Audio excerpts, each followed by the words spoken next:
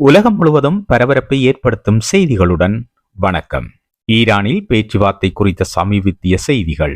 ஈரானிலிருந்து அதிரடியான செய்திகள் வருகின்றன. ஈரான் அமெரிக்க பேச்சுவார்த்தைகள் மீண்டும் தொடங்குகின்றன. ஆனால் பேச்சுவார்த்தைகளில் ஈடுபடும் நபர்கள் மெதுவாக மாற்றப்பட்டு வருகின்றனர். IRGC இஸ்லாமிய புரட்சிகர காவல்படை ஈரானில் தனது அதிகாரத்தை பரப்பி வருகின்றது. பாகிஸ்தானுக்கு சென்ற கடைசி பேச்சுவார்த்தை குழுவிற்கு தலைமை தாங்கிய ஹலிபாப் பேச்சுவார்த்தை குழுவில் தனது பொறுப்புகளில் இருந்து விலக வேண்டிய கட்டாயத்திற்கு தள்ளப்பட்டிருக்கின்றார். இதற்கிடையில் மத்திய கிழக்கில் அமெரிக்காவின் இராணுவ பலம் சாதனை அளவை எட்டியிருக்கின்றது. மத்திய கட்டளை தலைமையகத்தால் சென்ட்ரல் கமாண்ட் உறுதிப்படுத்தப்பட்டபடி 3வது விமானம் தாங்கி போர்க்கப்பல் இப்போது அதிகாரப்பூர்வமாக இப்பகுதிக்கு வந்திருக்கின்றது. ஈரானின் உள்நாட்டு அரசியல் மாற்றங்கள் பற்றி விரிவாக பார்ப்போம். முதலில் மிக முக்கியமான செய்தியிலிருந்து தொடங்குவோம். சில நாட்களுக்கு முன்பு IRGC பேச்சுவார்த்தையாளர்களை வீட்டுக் காவலில் வைத்தது குறித்த செய்திகள் வெளிவந்தது உங்களுக்கு நினைவிருக்கலாம்.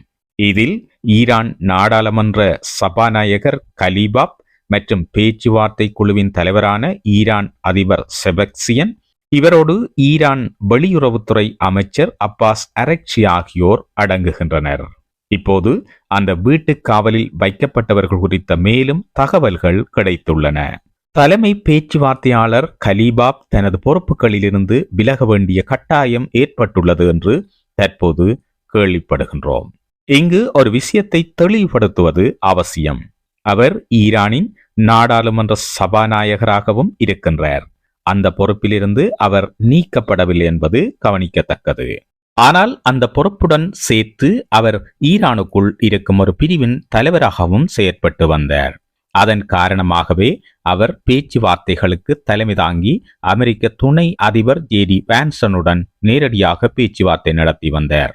இந்த மாற்றத்திற்கான காரணங்கள்: சுமார் 2 வாரங்களுக்கு முன்பு பாகிஸ்தானில் இருந்தபோது வாஷிங்டனுடனான பேச்சுக்களில் அணுசக்தி விவகாரத்தை சேர்க்க முயன்றதே இதற்கு காரணமாக இருக்கலாம் என்று கருதப்படுகின்றது. இதனால் IRGC மற்றும் அதன் தளபதிகள் கோபமடைந்தனர். இதன் விளைவாக கலீபாப் பதவி விலக வேண்டிய கட்டாயத்துக்குள் தள்ளப்பட்டிருக்கின்றார். இப்போது அவருக்கு பதிலாக வரக்கூடிய தீவிர போக்குடைய நபர்கள் பற்றிய சில வதந்திகள் இருக்கின்றன.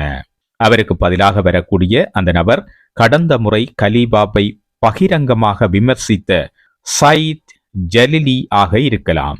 ஈரானுக்குள் IRGC மற்றும் பேச்சுவார்த்தையாளர்களிடையே பகிரங்கமாக வாக்குவாதம் ஏற்பட்டு ஈரான் உள்நாட்டு போர் வெளிப்படையாக தெரிந்தபோது இந்த நபரை பற்றி செய்திகள் வெளியானது உங்களுக்கு நினைவிருக்கலாம். ஈரான் வெளியுறவுத்துறை அமைச்சர் ஹார்மோஸ் ஜலசந்தி ஸ்ட்ரைட் ஆஃப் ஹார்மோஸ் இப்போது முழுமையாக திறக்கப்பட்டுள்ளது என்று பகிரங்கமாக எக்ஸ் தளத்தினூடாக அறிவித்த போது அந்த சர்ச்சை வெடித்தது. அந்த அறிவிப்பு வந்த சில நாட்களிலேயே IRGC தரப்பிலிருந்து இந்த ஜலசந்தி அமைச்சரின் கட்டுப்பாட்டில் இல்லை என்றும் அது எங்களது கட்டுப்பாட்டில் உள்ளது என்றும், மேலும் ஹார்மோஸ் ஜலசந்தி திறக்கப்படவில்லை என்றும் பதிலடி கொடுக்கப்பட்டது. உச்சகட்ட தலைவரின் நிலை. Supreme leader. பேச்சுவார்த்தை குறித்த அடுத்த தகவல்களுக்கு செல்வதற்கு முன் உச்சகட்ட தலைவர் பற்றிய நிலையை சொல்கின்றேன். ஏனெனில் இந்த போர் தொடங்கியதில் இருந்து அவர் நேரில் வரவில்லை அல்லது அவர் குரலிலும் கேட்கவில்லை. அவரது தந்தை அலி கமேனியை இஸ்ரேல் பழிவாங்கிய முதல் தாக்குதலில் இவரும் காயமடைந்திருக்க அதிகமாக வாய்ப்பிருக்கின்றது. ஆனால் தற்போது அவர் எங்கே இருக்கின்றார் என்று யாருக்கும் தெரியவில்லை. நியூயார்க் டைம்ஸ் வெளியிட்டுள்ள புதிய அறிக்கையின்படி மொச்சபா கமேனியின் காயங்கள் முன்பு தெரிவிக்கப்பட்டதை விட மிகவும் தீவிரமானவை என்று தெரிகிறது. அவரது ஒரு கால் மிகவும் மோசமாக பாதிக்கப்பட்டுள்ளதால் கடந்த 2 மாதங்களில் மட்டும் அதற்கு 3 முறை அறுவை சிகிச்சை செய்யப்பட்டிருக்கின்றது. இந்த அறுவை சிகிச்சைகளுக்கு பிறகும் அவருக்கு தொடர்ச்சியான சிகிச்சைகள் தேவைப்பட வாய்ப்புள்ளது என்றும் சொல்லப்படுகின்றது. அவரது முகம் மற்றும் உதடுகள் கடுமையாக பாதிக்கப்பட்டுள்ளன. இதன் காரணமாக அவர் வாழ்நாள் முழுவதும் பேசுவதில் சில சிரமங்களை சந்திக்கலாம். அவர் மீண்டும் கேமராக்கள் முன் தோன்றுவதற்கு முன்பு பிளாஸ்டிக் அறுவை சிகிச்சை செய்ய வேண்டியும் இருக்கலாம். கட்டுப்படுத்தப்பட்ட அணுகுதல். உச்சகட்ட தலைவரை சந்திப்பதற்கான அனுமதி இப்போது மிகவும் கட்டுப்படுத்தப்பட்டிருக்கின்றது. முக்கியமாக அவரது மருத்துவ குழு மற்றும் நெருங்கிய வட்டாரத்திற்கு மட்டுமே அனுமதி வழங்கப்பட்டிருக்கிறது. இதற்கு பல காரணங்கள் இருந்தாலும் அவர் எங்கே சிகிச்சை பெற்று வருகின்றார் என்பதை மற்றவர்கள், குறிப்பாக இஸ்ரேலிய உளவு அமைப்புகள் கண்டறிந்துவிடக் கூடாது என்பதே முக்கிய காரணமாகும். பயிற்சி பெற்ற அறுவை சிகிச்சை நிபுணரான இதய அறுவை சிகிச்சை நிபுணர் என்று சொல்லப்படுகின்றது. ஈரானினுடைய அதிபர் நாட்டின் சுகாதார அமைச்சருடன் சேர்ந்து உச்சகட்ட தலைவரை கவனித்து வரும் மருத்துவ குழுவில் இடம்பெற்றுள்ளார் என்பதை இந்த அறிக்கையின் மூலம் அறிகின்றோம். இந்த வட்டாரத்தை தவிர வேறு யாரும் அவர் சிகிச்சை பெறும் இடத்திற்கு செல்ல அனுமதி இல்லை. தகவல் தொடர்பு முறைகள். மின்னணு முறையில் தொடர்பு கொள்வது உளவு பார்க்கப்படலாம் என்று ஈரானியர்கள் மிகவும் பயப்படுவதால் உச்சகட்ட தலைவருடன் யாரும் குறுஞ்செய்தி அல்லது மின்னஞ்சல் மூலம் தொடர்பு கொள்ள முடியாது. எனவே யாருக்காவது ஏதேனும் தகவல் அல்லது ஆலோசனை தேவைப்பட்டால் அவர்கள் செய்ய வேண்டியது ஒரு கடிதத்தை கையால் எழுத வேண்டும். அதை மோட்டார் சைக்கிளில் வரும் ஒரு தூதுவரிடம் வழங்க வேண்டும். அந்த தூதுவர் உச்சகட்ட தலைவரிடம் செல்வார்.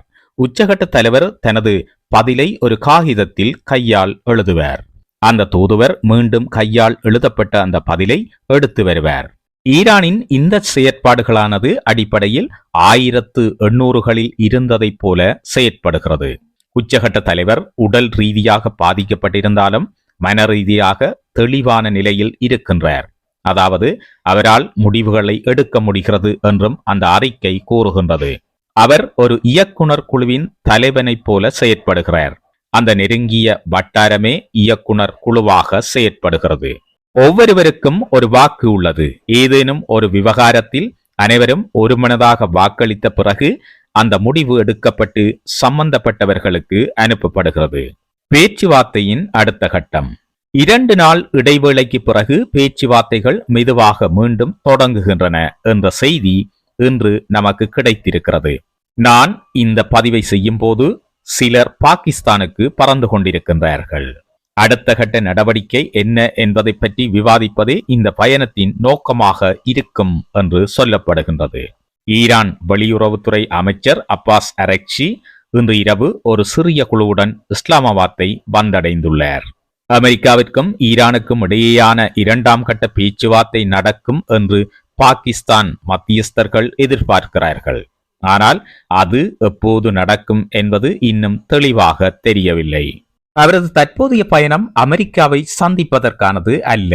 அவர் பாகிஸ்தானியர்களையும் மற்ற சில நாடுகளின் பிரதிநிதிகளையும் மட்டுமே சந்திக்க உள்ளார். தூதரக பயணங்கள் மற்றும் மத்தியஸ்தம். ஈரானிய வெளியுறவுத்துறை அமைச்சர் இஸ்லாமாபாத், மஸ்கெட் மற்றும் மாஸ்கோ ஆகிய நகரங்களுக்கு பயணங்களை மேற்கொண்டுள்ளார். இதற்கு முன்பு ஒரு நடுநிலையான மத்தியஸ்தராக இருந்த ஓமான் இப்போது ஈரானின் பக்கம் சாய்ந்துள்ளதாக கருதப்படுகிறது. இதனால் அமெரிக்கா மற்ற நாடுகளை மத்தியஸ்தர்களாக தேட தொடங்கியிருக்கிறது. ஈரானினுடைய மாஸ்கோ பயணம் 2015 அணுசக்தி ஒப்பந்தத்தை போலவே செறிவூட்டப்பட்ட யுரேனியம் கையிருப்பை ரஷ்யாவிடம் ஒப்படைப்பது குறித்து விவாதிப்பதற்காக இருக்கலாம். அல்லது ஒருவேளை போர் நிறுத்தம் தோல்வியடைந்தால் பாதுகாப்பு உத்தரவாதங்களை பெறுவதற்காகவும் இருக்கலாம். முதன்மை மத்தியஸ்தராக செயல்படும் பாகிஸ்தான் தற்போது ஈரானிய வெளியுறவு அமைச்சரை வரவேற்றிருக்கிறது. அமெரிக்காவின் சிறப்பு தூதர்களான ஸ்டீவ் விக்டாப் மற்றும் ஜெரட் கோஸ்னர் ஆகியோர் விரைவில் அங்கு வருவார்கள் என்று எதிர்பார்க்கப்படுகிறது. மத்திய கிழக்கில் அமெரிக்கா தனது இராணுவ பலத்தை கணிசமாக அதிகரித்திருக்கிறது. 2003ஆம் ஆண்டிற்கு பிறகு முதல் முறையாக 3 விமானம் தாங்கி போர்க்கப்பல்கள், குறிப்பாக USS Abraham Lincoln, USS Gerald R வாட்ரு மற்றும் USS ஜார்ஜ் W புஷ் என்பன ஒரே நேரத்தில் செங்கடல், அரபிக்கடல் மற்றும் இந்திய பெருங்கடல் பகுதியில் இயங்கி வருகின்றன. கடற்படை முற்றுகை. அமெரிக்காவின் மத்திய கட்டளை தலைமையகம் சென்ட்ரல் கமாண்ட் அனைத்து ஈரானிய துறைமுகங்கள் மீதும் கடுமையான முற்றுகையை பராமரித்து வருகின்றது. இதுவரை 34 கப்பல்கள் இந்த முற்றுகையை மீற முடியாமல் திரும்பிச் சென்றிருக்கின்றன. டாஸ்கா என்ற கப்பல் அமெரிக்காவால் மறைக்கப்பட்டு தற்போது அவர்களின் கட்டுப்பாட்டில் இருக்கின்றது. ஈரானுக்குள் நிலவும் உள்நாட்டு அழுத்தங்கள். இந்த முற்றுகை ஈரானுக்குள் கடுமையான பொருளாதார மற்றும் அரசியல் நெருக்கடியை ஏற்படுத்தி வருகின்றது.